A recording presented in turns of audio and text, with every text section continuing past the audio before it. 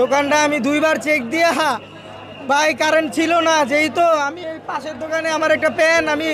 রাইখা আমি কই কি ভাই প্যানটা রাখেন, আমি দোকানটা চেক দিয়ে বন্ধ কইরা তারপর আমি আইতাছি লইয়া যাইতাছি প্যানটা, কই কি রাখো,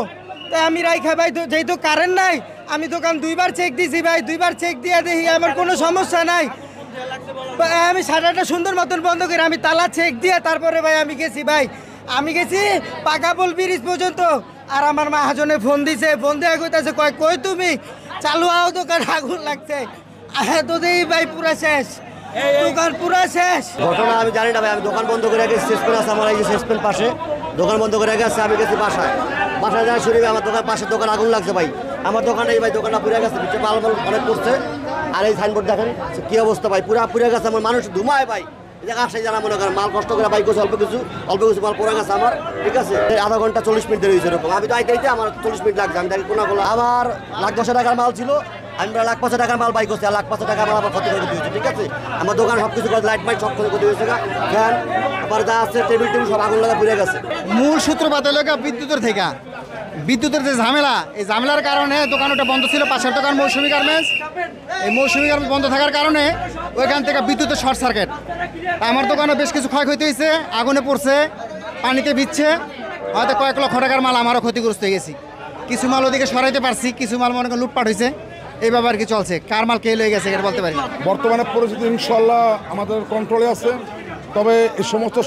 আগুন লাগলে যেখানে লাগুক কিছু বহিরাগত লোকজন এসে আমাকে ডিস্টার্ব করে লুটতারাজের চিন্তা ভাবনা করে। এখন আমাদের মূল কাজ হলো আমাদের আনসার বাহিনী আছে, নিজস্ব আরও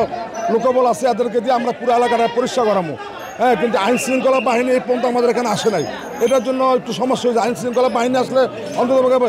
আলাদা যে একটা দূর দূরান্ত থেকে আগত যে পাবলিক উৎসব জনতা, এই জনতাগুলি ক্লিয়ার করলে আমাদের মার্কেট নিয়ন্ত্রণে আছে। একটা দোকানে ক্ষতি হয়েছে, তেমন আশেপাশে একটু হালকা লাগছে, তেমন বড় ধরনের কোনো ক্ষতি হয় না, আল্লাহ পাক বাঁচাই দিছে। কিছু জেনারেটরের তার, কিছু আপনার ওয়াইফাই লাইন, এগুলি সবচাইতে আমাদের বড় ক্ষতি করতেছে, এবং আজকের আগুনটা শর্ট সার্কিট থেকে আগুনটা লাগছে।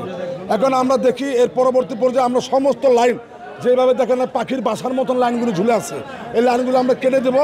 এটি আমাদের সিদ্ধান্ত।